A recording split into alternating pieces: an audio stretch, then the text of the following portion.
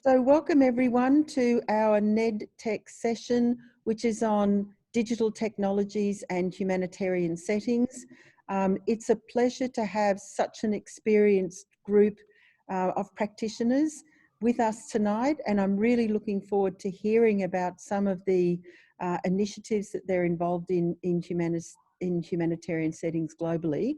So let me just go around and ask the panelists to introduce themselves. So Sofie, let's start with you. Hi everyone, thanks Jane for inviting me to speak tonight.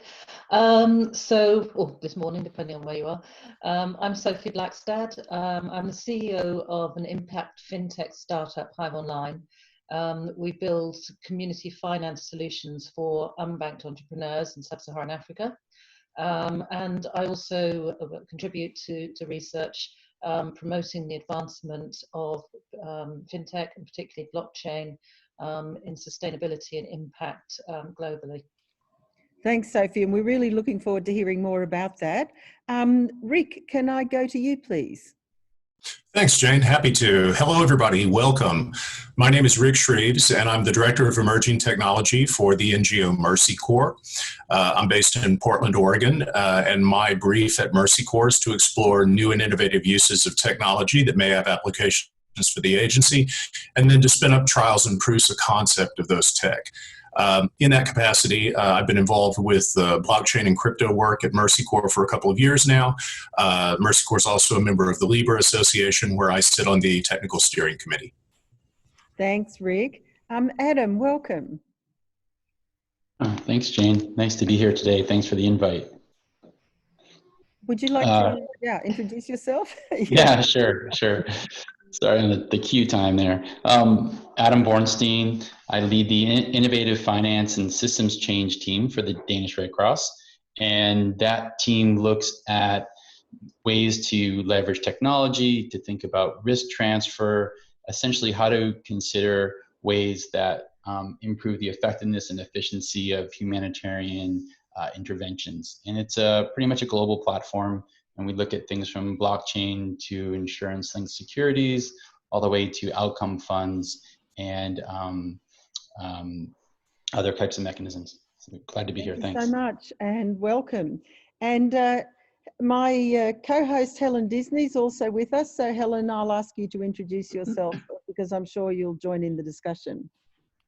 Sure, thanks Jane. I'm Helen Disney. I'm the CEO of Unblocked, which is a platform for teaching senior executives about blockchain and distributed ledgers and how I believe they're going to make a fundamental impact on our world. And I'm particularly interested in how they can have an impact on humanitarian crises and develop solutions for social good. So I'm really excited to hear from everyone on this panel because I know some of the people, but not all of the people, and I really want to hear more about what they're doing.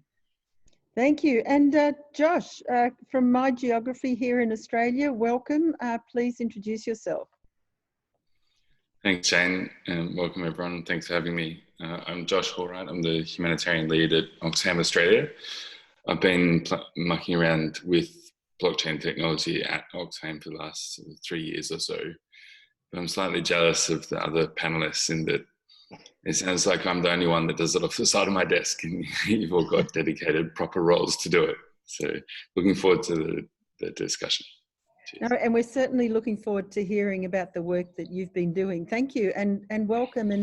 And just by way of introduction, one of the things that we've seen very vigorously has been a pivoting of technology to respond to COVID. And in a way, I see that as a kind of reflection of what's been happening in humanitarian, because humanitarian is one of the areas that has embraced digital perhaps much more quickly than other segments of government and international organisations. And we've seen a lot of different projects around the world in humanitarian settings, from remittances and payments, supply chain, credentialing, identity, and so forth. And so what I'm really excited about today is to hear from some of the people who are leading these projects on the ground.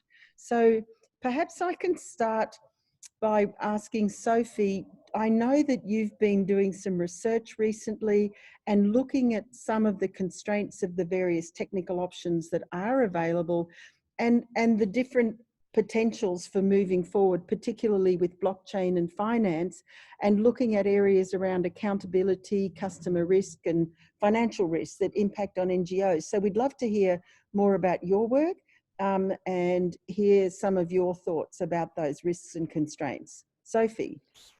Thanks, Jane. So yes, we've been conducting this research, in fact, with the active involvement of many of the people around this table. We've looked at all of the significant blockchain-based projects that have been run in the humanitarian sector over the last few years, as well as a wide variety of other actors in this space, including startups like mine and large technology companies. We've been looking at different blockchains, at different distributed ledger technologies, and how they could be applicable to the sector. And we've drawn some, I think, interesting conclusions about the evolution of these projects in the humanitarian sector.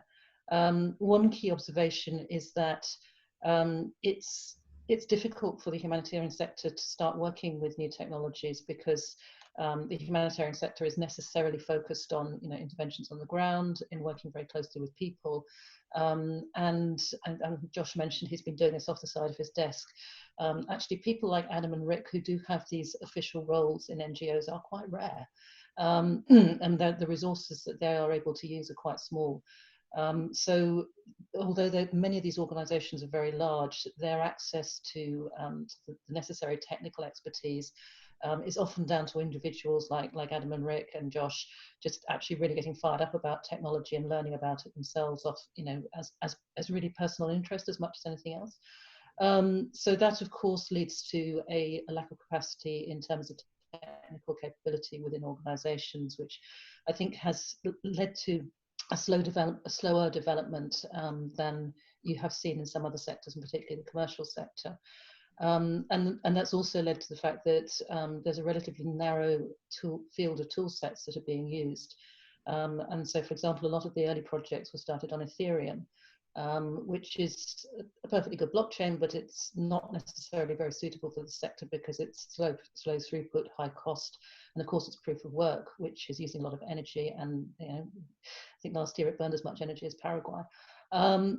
So many of these early projects have been really, using, I think, probably what you call second generation rather than more modern technologies, which are now available. And the real challenge that they face, I think, also is the way that projects are funded, which means that it's very hard to operate across organizations.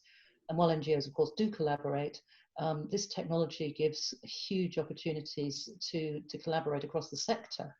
And that doesn't work with the way that donor-funded projects run by the humanitarian sector work. So that's a big barrier that needs to be overcome. But you also referred to the regulatory challenges, and I think this is an interesting learning on for the sector, because of course, while the humanitarian sector has always dealt with moving money around, I mean, that's what they do, there is a subtle but important distinction between moving money around and managing a financial service. And of course, in the old world, using banks, the banks have risk controls and are responsible for managing customer data and obviously for managing the financial elements. Whereas, of course, blockchain, by its very nature, is not owned or controlled by anyone. So nobody is responsible for that regulation.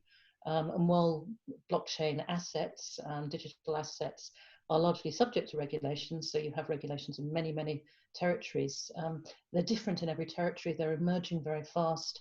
Often regulators and governments don't really understand the technology either.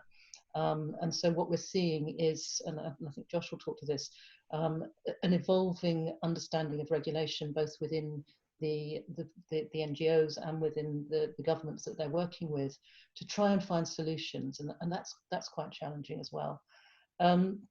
So we have seen a lot of barriers, but having said that, even though the early projects have not necessarily exploited all of the full benefits and the full opportunities that blockchain can give, one thing they've all shown is an opportunity to save a lot of cost, to take a lot of inefficiency and friction out of the value chains that they've been applied to. So even though I think the there is a huge missed opportunity in many of these projects. The baby steps that they've taken have actually demonstrated such great benefits already that taking the next step is necessarily going to be an even more systemic and systemically important transformation in cost reduction, increased transparency, all those things you said. So we're really looking forward to what's happening next.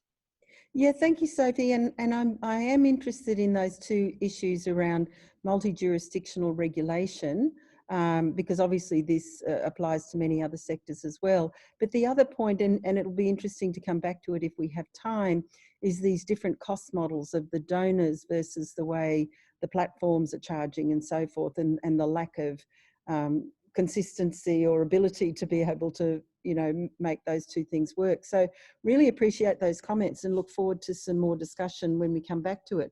So Ric, actually I first met you in 2017, so you've obviously been in the space more than a couple of years.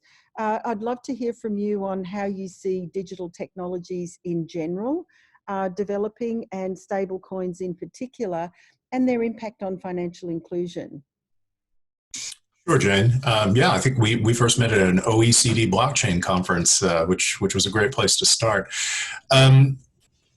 How do I view technology in general? Well, I mean, my job is really just sort of scan the horizon and look at things that we think have potential and get those into some sort of a trial stage. So I tend to be an optimist about the potential for impact of technology on the sector. And really, if you think about it, to me, it just makes plain sense. I mean, we work at these organizations, these NGOs, that are massively resource stretched, and we're confronting these global problems that are not getting smaller. In fact, just the opposite.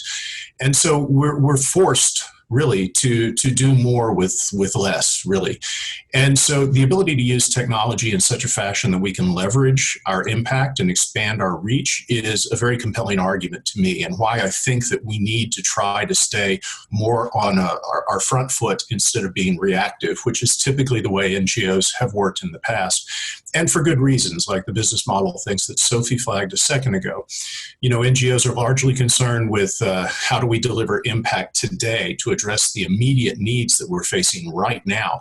And that means oftentimes it's hard to get that funding into a position where we can explore new technologies or unproven ways of working. So it's a real challenge with the actual business model that exists in the sector.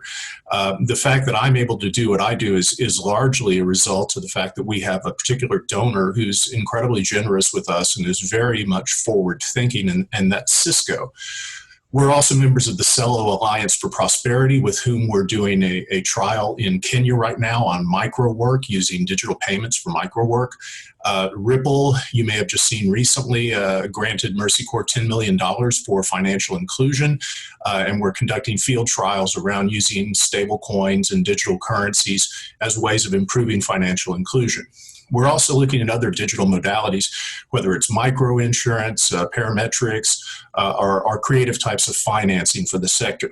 So we think there's a lot there, but finding the things that have a risk profile that's acceptable for the sort of vulnerable populations that we work with, and are things that our program people can design around because it's new and they don't really know how to design around it, remains a challenge.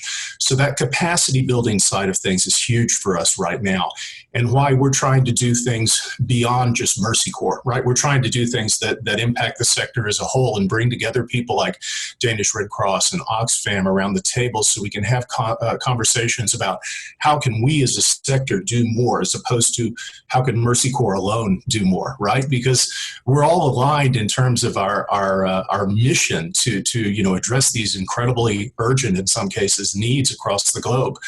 So we need to be able to work together on that. And I do think that that's going to be the key, is collaborating more in the future. Now, to your second part of your question concerning stablecoins. Mercy Corps really does a lot of cash and voucher assistance. In fact, pretty much everybody in the sector does these days. And when we do cash and voucher assistance, things like the mobile money systems of Kenya, the M-Pesas of this world, have really changed the way that some of that occurs, and has made it more effective, made it easier to track and trace, and has really opened up new ways of working. We see stablecoins as something that holds a great deal of potential. Imagine, if you will, that we had a low volatility, low cost coin that was acceptable globally, right? How could that impact our work? And in many ways, it could impact our work, from everything from back office operations, us moving money into difficult places, to actually doing direct distributions to beneficiaries, to our program participants. There's a number of really compelling use cases for that technology. It's why we got involved as a founding member of the Libra Association. That was the first project we saw that we thought had the potential to achieve that goal of, a globally acceptable, low cost, high stability coin. Celo is another good example, and that's why we got involved with the Celo Alliance for Prosperity. Of course, the rise of central bank digital currencies is of a great deal of interest to us right now. We do, for example, operate in the Bahamas. And with the launch of the sand dollar, the first central bank digital currency in Bahamas, we've been looking at how that could impact our programming. Imagine, if you will, and this isn't much of a stretch, that Bahamas is hit by a hurricane, right? Well, one of the first things that comes back online is the cell network, primarily because of the location of Bahamas and easy access to that kind of technology. And now with the sand dollar, all the Bahamian citizens, they have digital wallets on their phones. Well, if we need to do direct assistance, we can do direct assistance using a digital currency now instead of doing a physical or manual distribution. So that's just a simple example that shows how in one case we can use that tech. And we see a number of use cases in this field. I think I'm going to stop there because I think I've just burned up my 5 minutes. No, but it's really super interesting. And I think that issue of digital payments in humanitarian disasters is incredibly important. And we've certainly seen the acceleration of digital payments during the pandemic as well. And I know that Josh is going to talk about that, and probably Adam. So Adam, I'd really like to hear more about the Red Cross Innovation and Finance Systems, and just also to all of you to see this kind of collaboration going across the NGOs, as you all are, I think is really encouraging for all of us for the future, to be able to collaborate to build a system that works for everyone. So thank you all for that. And Adam, I'd love to hear some more about some of the exciting things that the Red Cross is doing. Great, well, thanks, Jane. The interesting bit is that the innovative finance team within the Danish Red Cross is leading a lot of the innovation in the tech space. And part of the reason why is because when we think about innovative financing, we think about that as a wrapper, not really as the core functional tool or the solution. And I think that's a little different than a lot of the other teams that are focused on innovative financing. And the reason why I say that is that when we look at how we can have a big impact on the ground, and I think Ric and Sofie have done a really good job of kind of laying down the groundwork for a lot of the stuff that we also believe around being able to lower the cost of transactions. And the Red Cross does about $1 billion a year in cash transfer. And after the UN, it's probably the largest organization that does that. And so a good portion of our cash in disaster assistance goes towards cash. But what we wanted to challenge was not just getting the cash to the ground, but also to be able to create a platform that was a response and a recovery and a resilience, so that we could toggle between different events pretty quickly. And I think that during COVID in March, it was really clear to us that the communities that we work with on the ground, that they had issues like physical health, mental health, liquidity problems, all those issues that come with some kind of pandemic. And so what we wanted to do was to be able to move from a community inclusion currency platform, which we've been working with grassroots economics for the last, I would say, like 18 months, to turn that into a response. And that took us about 1 day.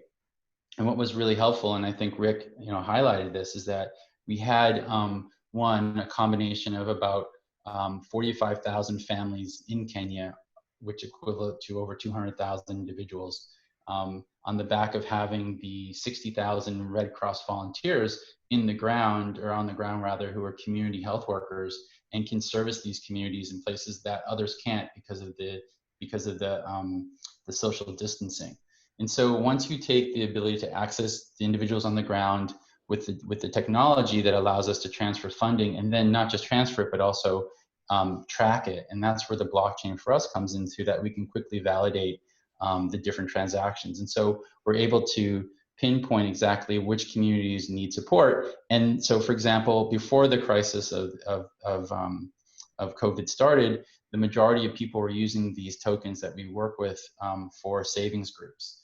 And after then after we started focusing more on COVID response, we saw 110% increase in food and water. And then we saw 110% increase in soap and other sanitation devices. And so then once we start to get that information in, we can do some predictive analytics so that our community health workers on the ground can see exactly what's working and what's not working. And then the next layer after that, where we're transitioning into now, is to think about machine learning and AI, so that eventually we can take this combination of a kind of real-time streaming data, put it through some systems, come up with some predictive analytics, and then stream in different types of funding that are parametric based. For example, trigger based. So if we see X community go here, we can give more funding.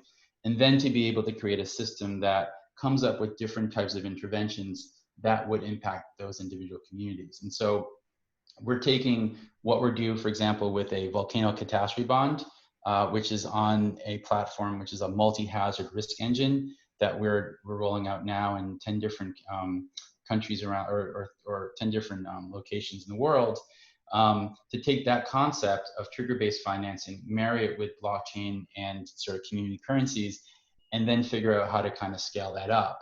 Now, the project that we're working on together with Ric and Sofie is to figure out, how to come up with a solution which could be a blockchain or a distributed ledger, which doesn't actually follow the traditional trend of like a POS or a proof of authority, something that's a do no harm, as I call it in my simple mind. But essentially it's a place where it's a safe space for organizations like the Red Cross to operate to scale and not worry about gas or ICOs or things of that nature, where it has a very solid governance structure and is also in the basis of that has the scalability, but can work on digital ID, can work on transfer of funds, can think about what a scalable token or stable coin could look like. So yeah, I'll end there, but that's kind of what the philosophy is. And look, I think that's the holy grail for all of us who have been supporters of blockchain and social impact. So it's tremendous to hear about the work you're doing. But let me just do a quick follow-up, because, the kinds of communities that you're working with, and maybe this is something we can all discuss, is around, ethics and technology, ethics and ID, informed consent, and those kinds of things. So I don't know if you want to make a comment on that, but I would be keen to get other people's points of views on this as we are rolling out these technology into often disadvantaged and illiterate communities. Mm-hmm. Yeah, absolutely. So the Red Cross starting point is do no harm, right? That's just our ethos. And once we build off of that, we think about how to get people into these systems so that they have the ability to opt in. And so when we work with the communities, and we start from the village chief and work our way down, and it's a collective decision by the community to join these savings groups and these kind of tokenized collectives. The decision is on their hands to basically opt in. And they opt in. There's 3 different levels of KYC. There's just like the basic user who comes in and says, yes, I agree. Then there's another level of identification where they provide a bit more information of who they are. And then if you're like a heavy vendor, then there's another sort of validation portion of it. So our wallets that we use are custodial. They're non-custodial. They're not the sort of like independent that we think about in the pure blockchain space, because it's just not viable at this point. But what I can say is that the way we store the data is very different than traditionally how humanitarian organizations do, which is on a spreadsheet, right? In some cases, maybe they lock it up in a single server.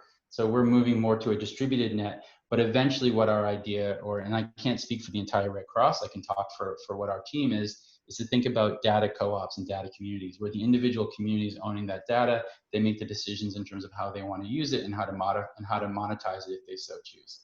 But I don't think really, even in the United States, I don't feel like we're at that point of self-sovereign ID, and maybe people don't even want that. But it's a major concern. It's something that we look at. And I would say one last thing is that we're also working through compliance right now, where we work with a local law firm to make sure that we're up to speed and that we're compliant with the local regulations.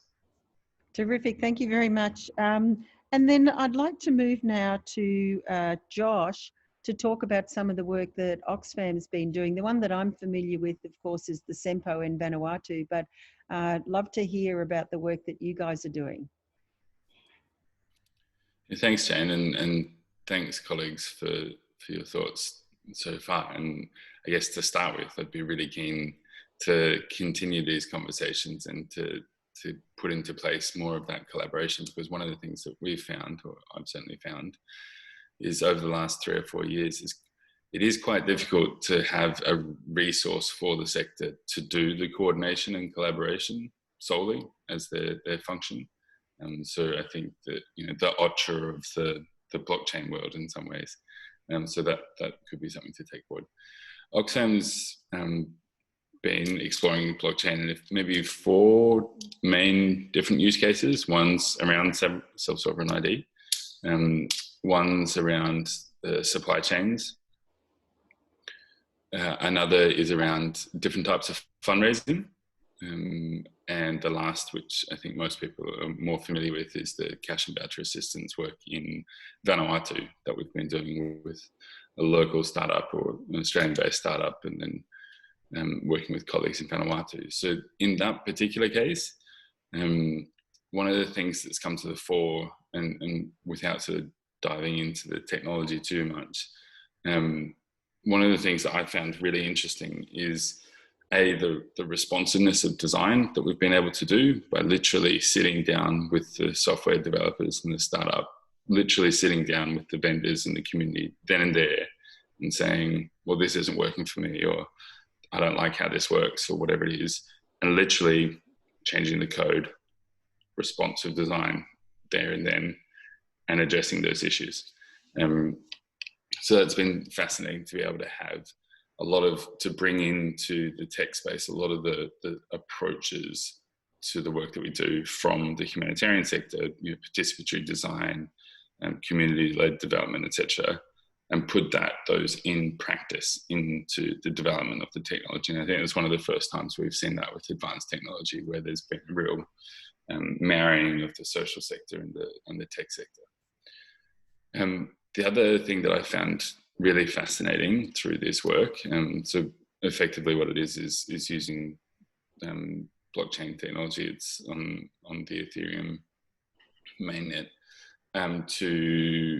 to create digital assets that are used to provide cash assistance to disaster response in Vanuatu.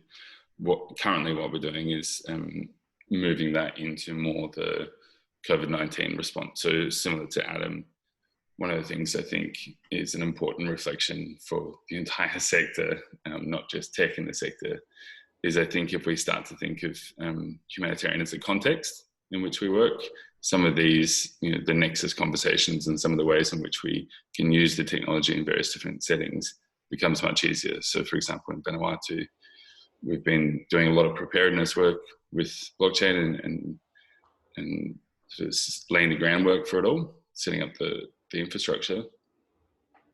In the response phases with the volcano in the north, for example, and now with COVID and TC Harold earlier in the year, we've literally used it as a cash dispersal, cash distribution network. And now that it's starting to get into the recovery space, we're having conversations with various different line ministries around using the same platform for effectively a social protection, social welfare system, and integrating that with some of the financial inclusion initiatives. And so that brings me perhaps to my last point before we get into the discussion, because I feel like we've got lots to talk about, is again on the social sector, or the humanitarian sector and the technology sector working hand in glove. One of the things that's come to the fore for us in all of those different use cases is the value. I think Oxfam and broader in the sector, we're starting to see a shift in how we understand the value we provide. To Ric's point before, we're doing less and less direct delivery, but we still have a whole bunch of value in how we do the work. It just looks different. So what I mean by that is, there's a lot of hype, especially a couple of years ago, around blockchain being the disintermediation in the humanitarian sector. So we can just get rid of NGOs or UN agencies and provide money in this place and get money to that place, and khalas, we're sorted. But one of the things that we've found in practice by doing all of this is that NGOs like Oxfam have a huge amount of expertise and experience and skills to bring to the fore in regulatory challenges.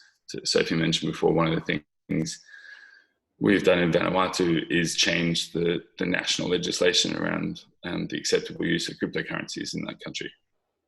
A lot of the relationship work, the dialogue with communities, authorities, lawmakers, ministries, the coordination, the human part of HCI, the human part of human computer interaction, I think is something that we've done well, with some bumps along the way, and that's something that we've found. The technology and the product itself is maybe 20% of the impact, and the 80% is everything that makes that product able to work in that particular context. I think sometimes we have a tendency to forget that we need both. I might leave it there. Ta. No, thanks, Josh. And I mean, that's certainly been a conversation going around, particularly in relation to transmission and management of funding, because a lot of NGOs, have quite a proportion of their work which is simply made up of that. So it would be interesting to have some perspectives from other people on the panel about how technology will change the role of NGOs and the way NGOs do business. So I'd like to maybe go back, Sofie, to you, because we've heard that the key use cases seem to be around payments, identity, supply chain, and fundraising. Clearly, everyone thinks there's a huge role for collaboration. There's some hurdles ahead of us in terms of regulation and making space and time for that collaboration and the way that donors fund. So, Sofie, I'd love you to just maybe proposition where you see the role of NGOs is going to go, and how a kind of shared technology platform for humanitarian NGOs will change the way they do business. Thanks, Jane. Well, as Josh said, clearly humanitarian organisations have a critical role to play in interventions, and particularly on the human side. I cannot see a world where humanitarian organisations are completely disintermediated, because, one of the key challenges in working with vulnerable populations is that you're dealing with people, and people who are traumatised and have suffered and need support and succour on the ground. So that's never going to go away. What I do see is a big transformation in certain areas. And you mentioned both payments and donor funding. We've seen some interesting examples. Obviously, Oxfam is one of them, where traceability of donor funds has been achieved through blockchain, and that has reduced a lot of friction and an increased efficiency, and also increased the amount of the donation that goes to the intervention, which I think is a really critical part of it. And that efficiency can be seen in really any type of payments flow, where we have both the opportunity to trace the use of funds all the way through to the beneficiary, which I think is really, really critical, and then to demonstrate proof of impact in a way that is generally done after the fact, very expensively through audits and without necessarily the full confidence, especially in places where there are challenges.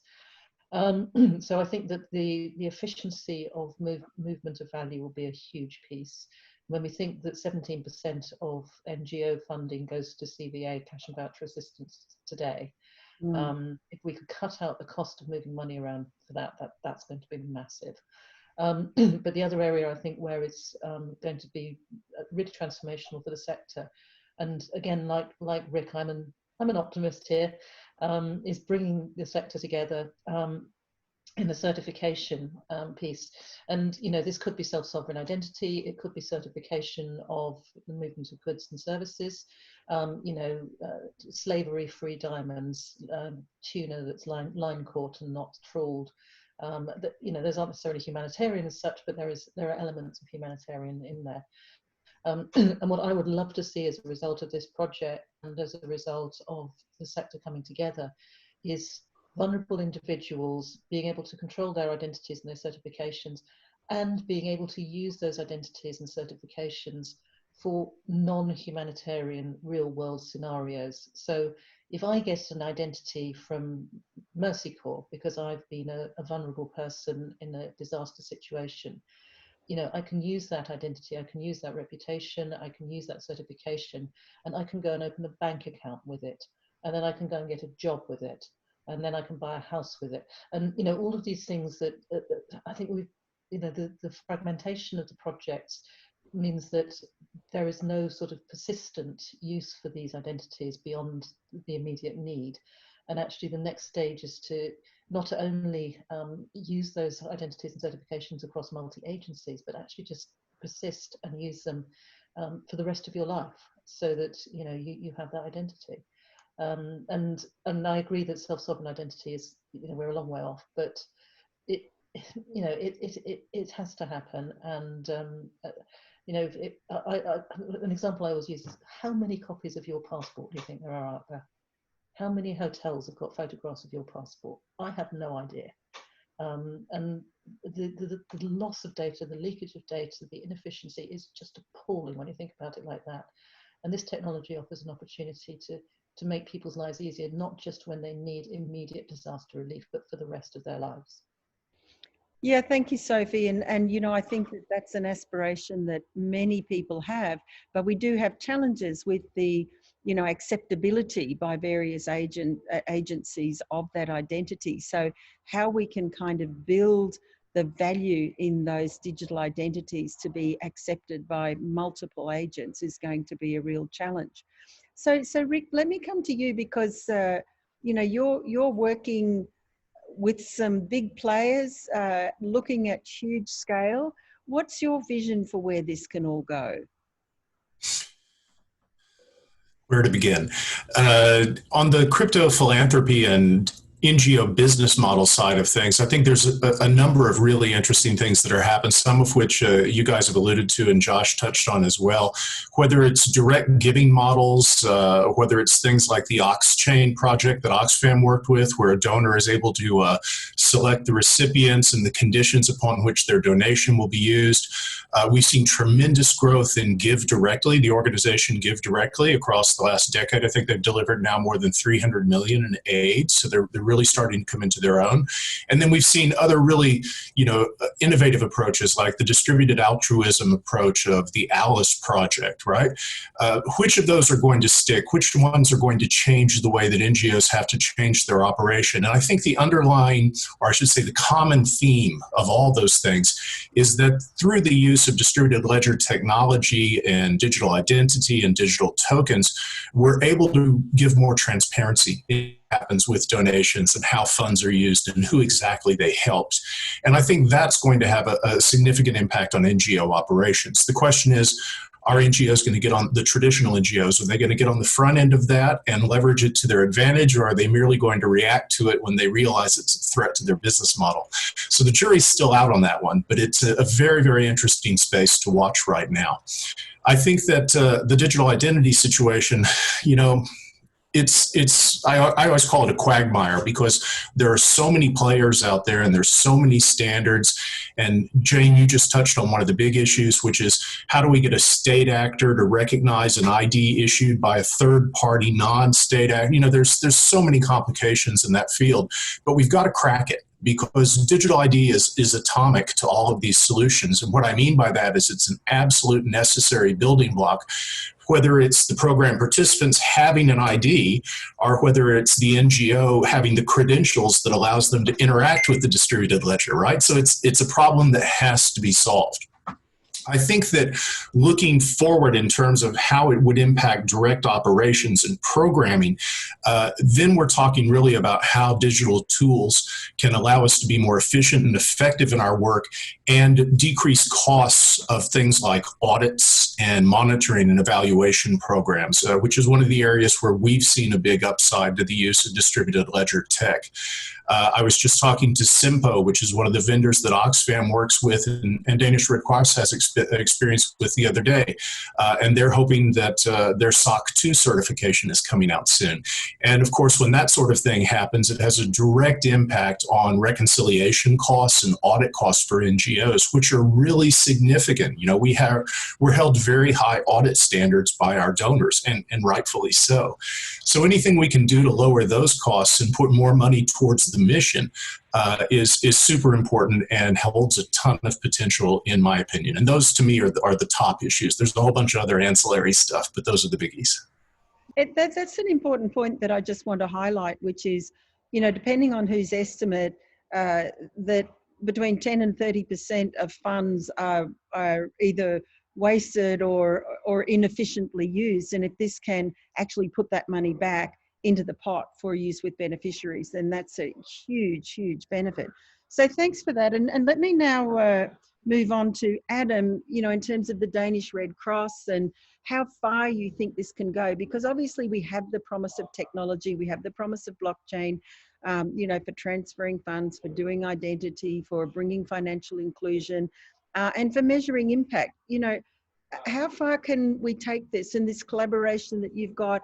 How much chance do you think there is of broadening that across a much wider group of the NGO community and also getting governments on board, so all of this can, as Sofie said, be like an identity and a trajectory for life? I think it's a good question, because inherently in that question, you have to assume that not all actors or beneficiaries or players are in the same kind of like state recognized condition. For example, internally displaced individuals might be in one half of the world, and within their communities and within their country, they might be recognized but not have the same services, whereas refugees may not have any services whatsoever and have no recognition. So when we think about like scale and how far this can go, it's really in some ways a layered approach. And so we have to think about, one, with ID, if you're working with individuals who are refugees, you have to protect who they are, right? And there's a whole different layer and infrastructure that would support that, versus, for example, individuals in Denmark who, you know, are still part of the Red Cross and in that community there, could suffer from storm surge or volcanic eruption in Europe somewhere with Mount Etna. So I think where it can go depends really on the location. And so the way we look at it, at least from our team, is eventually we think that humanitarian assistance can actually be put into a box. And I think I've said this a few times, and I probably scare a few people, but I do think that there are certain functions with the right data, the right validation, that you can automate a lot of the things that we do today and put the control and the agency back into the hands of the community. The Red Cross itself is a volunteer network. We have 14 million people around the world. We can leverage that by having these like individuals living in these communities and operating and supporting. So we have to find ways to make them independent contractors in some ways so that we can leverage. I don't think the pot of cash is going to change. I think it's going to stay still. And so what we try to do is take our cash transfer, for example, take a fraction of that, put that into a reserve, whether it's a stable coin or another type of reserve, and provide some kind of multiplier effect to that. So we look not to do one for one. We try to use some kind of leverage, which we can actually find some kind of benefit from. So in terms of where this all goes, from a like first world perspective, the global north, you know, it's going to go in a different way than it is in the south. And in the south, it may take longer, but we can actually leapfrog. And I think you know, Josh and Sofie and Ric have given some examples of that. I'll just, for example, I'll say one last thing, that, for example, in Kenya, you know, we have this platform that we've been working on with grassroots, and, you know, we're in the process of seeing how that interacts with the social safety net there. from a resilience perspective, right? And I think that's how we integrate these into the systems where they become ubiquitous. Thanks. And then Josh, let me come back to you. You know, at the moment, as you say, you're working part-time off the side of your desk. How do you see this moving forward, and what's your hope for the future? I think just to, if I may be so bold as to quickly just touch on a couple of things that I've already raised and then return to that point, because I think one of the two interesting things that have happened recently with the work that we're doing, one with Vanuatu and one on the Trust Alliance, the identity management piece. The Vanuatu case, we are seeing that, like, we've literally had 2 weeks ago, one of the ministries that does the like the social welfare side of things, they have identity cards to manage, to provide support to people living with disabilities across Vanuatu. And part of that is to the people with disabilities, they have the identity card, and then the government is supposed to send people out to provide disability support to people. Oftentimes that doesn't happen. And so the ministries come to us to say, your identity card for the cash project, can we effectively use that as a credentialing one? Can we copy that card so it's the same card for one individual and have it as... Morning, darling. It's very cute. Okay. Copy that so that the person with the disability can verify the visit from the government employee to provide the services using a cash and voucher assistance identity. So it's already starting to happen in some cases. And I think that is a demonstration of my earlier point around the importance of relationships and how NGOs can still play in that space. In some ways, a different version of that is the self-sovereign identity piece that we've been doing with the Australian Red Cross and others to try and say, what's the different, like to somebody's point earlier, how do we get the acceptability of that identity across various different agencies?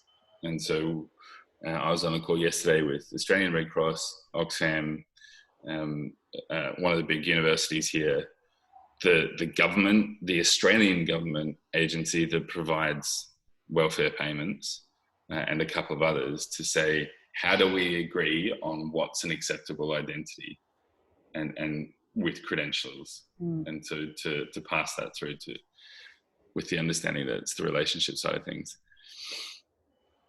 So there's hope. And I think, like, for me, in the future, or in the near future, and we're already starting to see this, I think if you think of a table, we're still in the transactional piece in a large part for the technology, the transactional uses, getting efficiency dividends, creating a bit more transparency, etc. And I think we're going to move more into the transformational space, where we really start to get at the deeper issues that underline why the system doesn't work as it does currently, like power, inequities, injustices, etc., and use the technology to start to address some of that. So I think that currently, to Adam's point, we aren't really seeing much new money come into the system. Perhaps, Rick, with the crypto philanthropy, there is a little bit of new money, but some of the innovative financial products. I'm doing my PhD in humanitarian finance, so it's also of interest to me.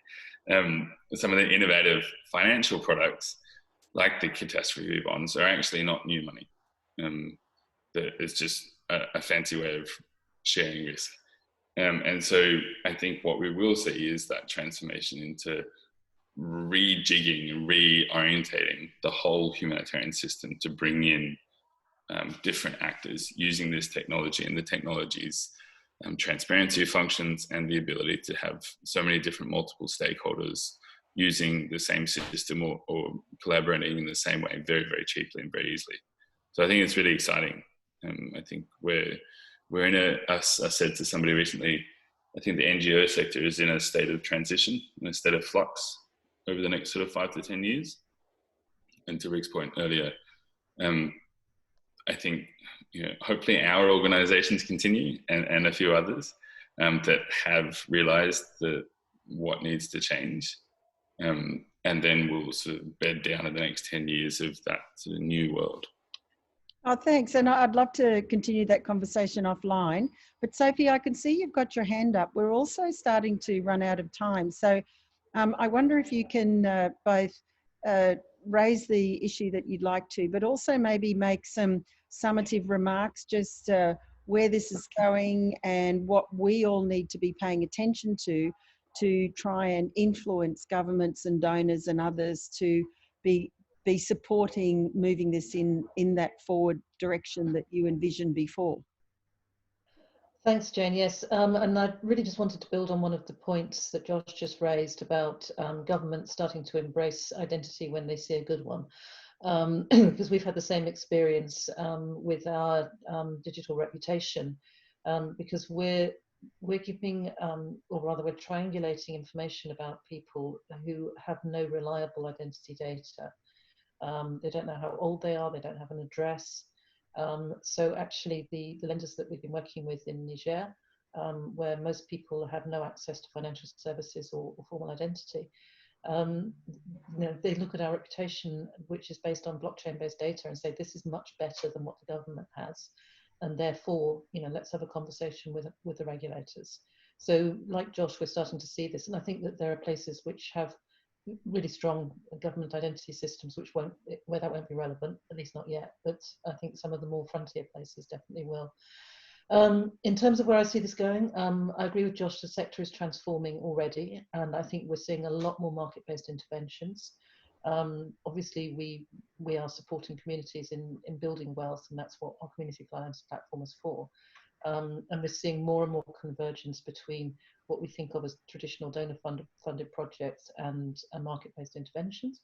And I believe that this technology is going to accelerate that trend because it improves traceability, it improves resilience, and it also enables communities to build wealth without necessarily having a financial institution involved directly. So I think there's a very bright future for this. Yeah, thanks, Sofie. Ric, can we just reach out to you for some closing remarks? Yeah, happy to. One of the things I wanted to flag was something that Josh raised, which is the role that we should all be taking in policy and advocacy around these topics. Say what you will about Libra. One of the things that it has done is it's made the regulators take seriously the stablecoin space, right? They look at it and they see the first project that has the potential to scale, and so they want to get involved now. And we need to make sure, and I'm sorry, you're going to hear some noise in the background. I've just had a workman show up here at the house. Timing is just perfect. One of the things that we all need to strive towards is making sure that we see that tech developed in an ethical fashion. And that's something where we can have a meaningful voice in that dialogue. And I'm going to mute right now because it's about to get very barky here. Okay, that sounds like Ric's gone. I'm getting in a noisy space as well, but let's just bring this home strongly. So Adam, what do we need to be focusing on? I do want to emphasize that advocacy side of it, because I still think there's a huge kind of education, envisioning advocacy component for us with the international organizations and governments. So Adam, what do you see we need to be doing, and where is this all going? And any last comments for the audience? Sure. Just I guess as a summary, humanitarian organizations are still in that flux between development and humanitarian response. And as they try and get closer to that kind of the middle, so do the different types of systems. But we have issues like around how to do procurement, how to have contracts, how to actually engage private sector, how to have these type of transformational partnerships.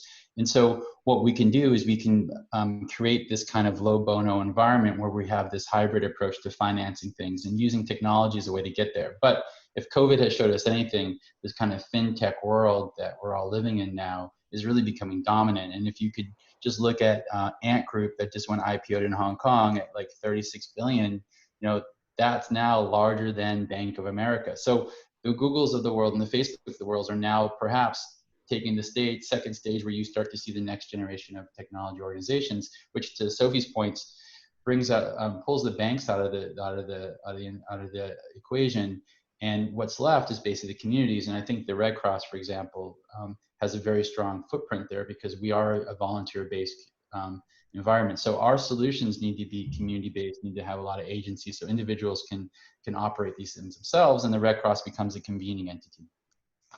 Yeah, interesting. Let me move on to Josh for your closing remarks. And Helen, I'll give you a chance at the end too, because I know that you've been listening to this fascinating conversation and you might have a few thoughts for us as well. So Josh, let me go to you. Thanks, and perfect timing because the jug just finished boiling. Okay.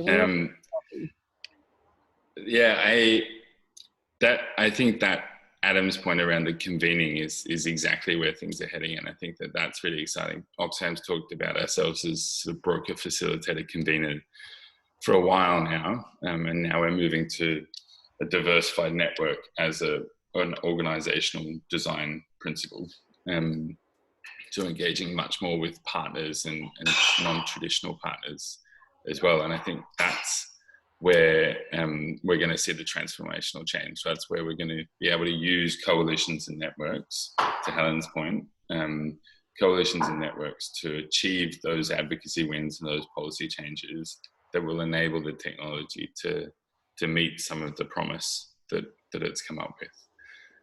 I think there's still a lot of issues that the humanitarian sector and the NGO space need to work with internally. It's a different way of thinking about development and humanitarian work, and that's challenging not only from an attitudinal behavior piece. It's still a challenge to move people from Bitcoin to distributed ledger technologies and those conversations from boards and executives down. But it's also a challenge in the types of partnerships, the types of agreements, the types of bank accounts we use, etc. So there's a lot that needs to shift.